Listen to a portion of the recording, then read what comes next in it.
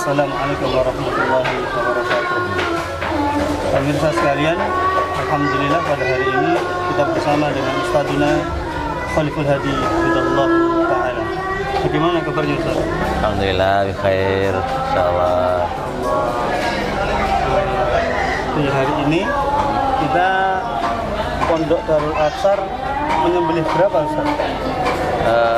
Kalau sapinya ini ada 5, ini kayaknya ada 5 itu sapinya. Terus kambingnya ada 24, Masya Allah. Itu hewan kurban dari warga sekitar atau dari mana Ustaz? Ya, kalau ditanya ditanya masalah itu dari mananya, pertama ya sebagiannya sih teman-teman yang urunan terus pengen disembelih di pesantren, atau sebagian lagi dari beberapa teman-teman yang kita hubungi barangkali mau berkurban di pesantren. Ya kami sampaikan bahwasanya kurban itu kan sebagiannya disodakokan dan dihadiahkan. Barangkali yang terbaik disodakokannya itu ke pesantren-pesantren yang mana mereka tulabul ilmi. Sampai kalau dalam sebuah hadis Nabi SAW, la ya'kulu ta'amakum illa taqiyun, jangan sampai memakan makanan kamu kecuali orang yang bertakwa. Banyak para ulama menyarah hadis ini, kenapa sih makanan kita itu kok harus diberikan kepada orang yang bertakwa? Itu dapat 2 pahala. Pahala yang pertama, orang yang bersedekah itu sudah dinilai pahala. Yang kedua, hasil yang kita makan, hasil yang kita berikan kepadanya itu dipakai untuk takwa kepada Allah lagi. Berarti dapat 2 plus pahalanya. Pahala pertama pahala sedekah, pahala yang kedua adalah daging yang setelah dimakan itu kalau dipakai thalabul ilmu kan bisa dipakai untuk belajar, semangat belajar, bahkan mungkin bisa lebih kenceng lagi semangat belajarnya. Nah, dari situ kita kasih himbau kepada teman-teman, barangkali ada yang mau kurban di pesantren. Alhamdulillah dapat 24 kambing. Untuk selain ke pesantren, pendistribusian hewan kurban kemana? Biasanya kami ini pertama karena utamanya itu santri, ya kearahkan santri dulu. Tapi walaupun begitu keadaannya, kami tetap alirkan, kami berikan kepada warga setempat. Harapan kami juga mungkin biar mengenal dakwah juga dan mengenal takliful qulub, bahwasanya kita itu bukan berdiri sendiri, artinya kita itu bukan kok mementingkan kelompok sendiri, tapi itu juga untuk warga dalam rangka ya dakwalah kepada mereka, melunakkan hati mereka. Bahwasanya pondok itu juga tidak hanya ada tapi juga memberikan kebaikan untuk warga sekitarnya gitu. Jadi untuk takliful qulub juga Ustaz ya? Ya, takliful qulub ada 2 macam, ada takliful qulub untuk masuk Islam, ada takliful qulub ya biar tidak memusuhi dakwah aja juga namanya takliful qulub. Jadi orang memahami takliful qulub itu hanya seputar pada orang itu supaya masuk Islam, tidak. Bahkan orang itu bagaimana bisa masuk dakwah, bisa paling kecil aja tidak memusuhi dakwah aja itu udah cukup gitu loh, dengan kita ngasih beberapa daging kurban kepada mereka. Tapi intinya ke santri-santri dulu gitu. Kemudian selanjutnya Ustaz, maka dari itu apa sih Ustaz kira-kira hikmah atau faedah ada syariat kurban di dalam syariat Islam ini Ustaz? Kalau nanya masalah hikmah kurban, kalau kita lihat kayak gini aja ya nampak banget ya gitu kan. Bagaimana? Enggak ada. Bagaimana menjadi tarobutnya? Tarobut itu ya saling mengikat, ukhuwah, semakin apa? Masya Allah santri warga, sebagian warga kan bersatu padu gitu kan. Itu menunjukkan meringankan menguatkan ukhuwah Islamiyah satu. Belum lagi kalau dikasihkan ke orang lain, tetangga, kerabat, maka dengan kurban itu memang tarobut ijtimaiyah wa tarobut usrawiyah, merengkatkan kekerabatan, merengkatkan antar satu dengan yang lain, ukhuwah itu terlihat banget kan kayak gini ini. Yang kedua, bisa juga kita lihat ini adalah kurban itu alamatut tasdik. Tasdik itu kan pembenaran itu kan nggak hanya dengan lisan. Kamu itu ikut siapa gitu kan? Nggak cukup dengan lisan. Maka orang yang tasdik pembenaran itu kan butuh dibentukkan dengan apa? Dengan uang, dengan beli kambing, nyelengi untuk kurban. Ini kan bentuk tasdik. Dan sedangkan manusia itu kan jubilat untuk bukhel, untuk bakhil kan. Makanya coba diuji praktek, coba bener nggak kamu itu, bener nggak iman sama aku kan gitu kan. Dan juga kita lihat betapa banyak nikmat yang Allah berikan dalam setahun kan. Masa kamu beli kurban aja nggak bisa gitu, padahal nikmatan begitu besarnya. Coba kalau kita hitung sedikit kurban inilah bagian dari penyisian nikmat yang Allah telah berikan kepada kami. Ini kan tak wujudkan dengan kurbanlah bersedekah untuk kurban, ini kan luar biasa kan itu.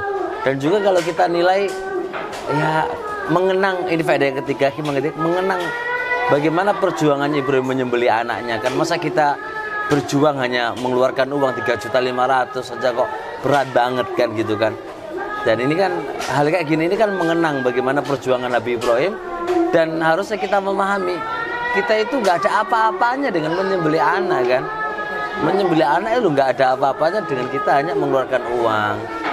Jadi kita udhiyah kayak gini ini paling tidak mengingatkan kembali bagaimana perjuangan Nabi kita Ibrahim dan bagaimana apa yang harus kita lakukan, gitu, apa yang harus kita lakukan.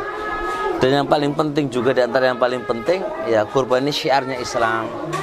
Syiarnya Islam. Nah, kalau kita pacu, kita realisasikan dan kita wujudkan ini, maka Islam Masya Allah kelihatan banget gitu loh. Wujudnya bagaimana keadaannya itu sudah kelihatan banget. Nah itu jadi bisa anukan syiar-syiarnya Islam.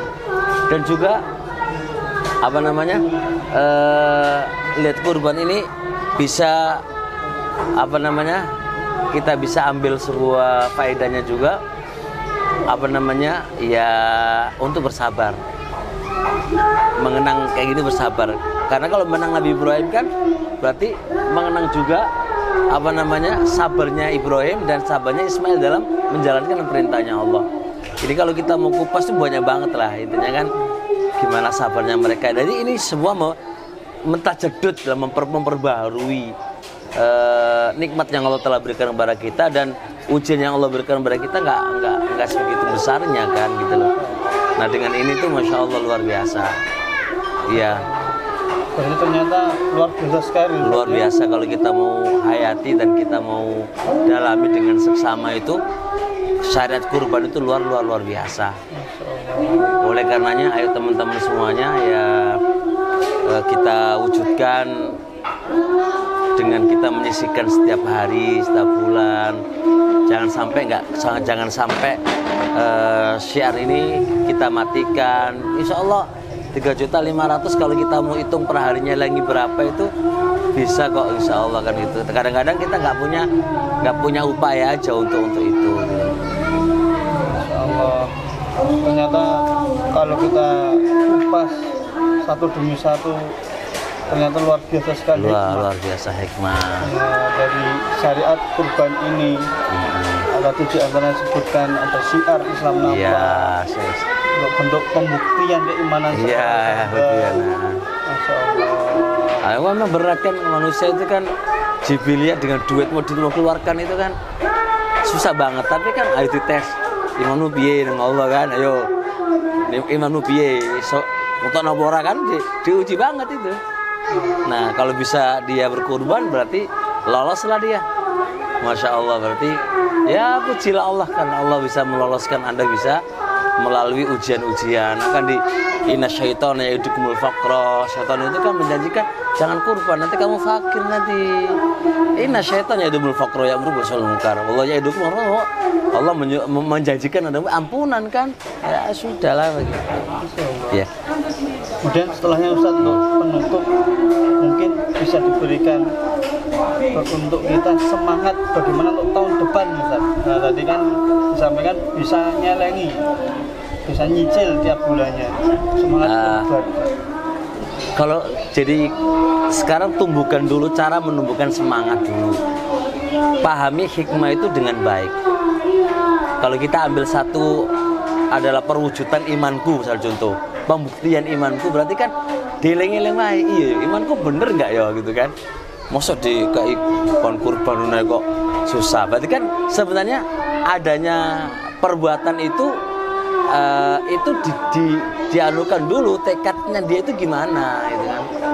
Dan tekad dia akan muncul kecuali paham hikmah itu apa gitu kan. Nah kalau kita ambil wujud pembuktian kayak cinta sama cewek lah, kan pasti di buktimu cintamu kundi gitu kan. Ya pastilah aku korbankan apa aja yang menjadi wujudnya sebuah rasa cinta kepada manusia kan. Apa aja kamu akan korbankan demi cinta lah. Ini kan pembuktian kamu itu sama Allah gitu kan. Nikmat yang begitu besarnya itu buktimu lu piye. Wong itu kan kurban itu kan memang untuk Allah kan, untuk Allah kan gitu ya. Nah, pahami dulu itu, ini syiar. Nah, kalau kita nggak jalankan, siapa menjalankan syiar? Kedua, coba buktikan.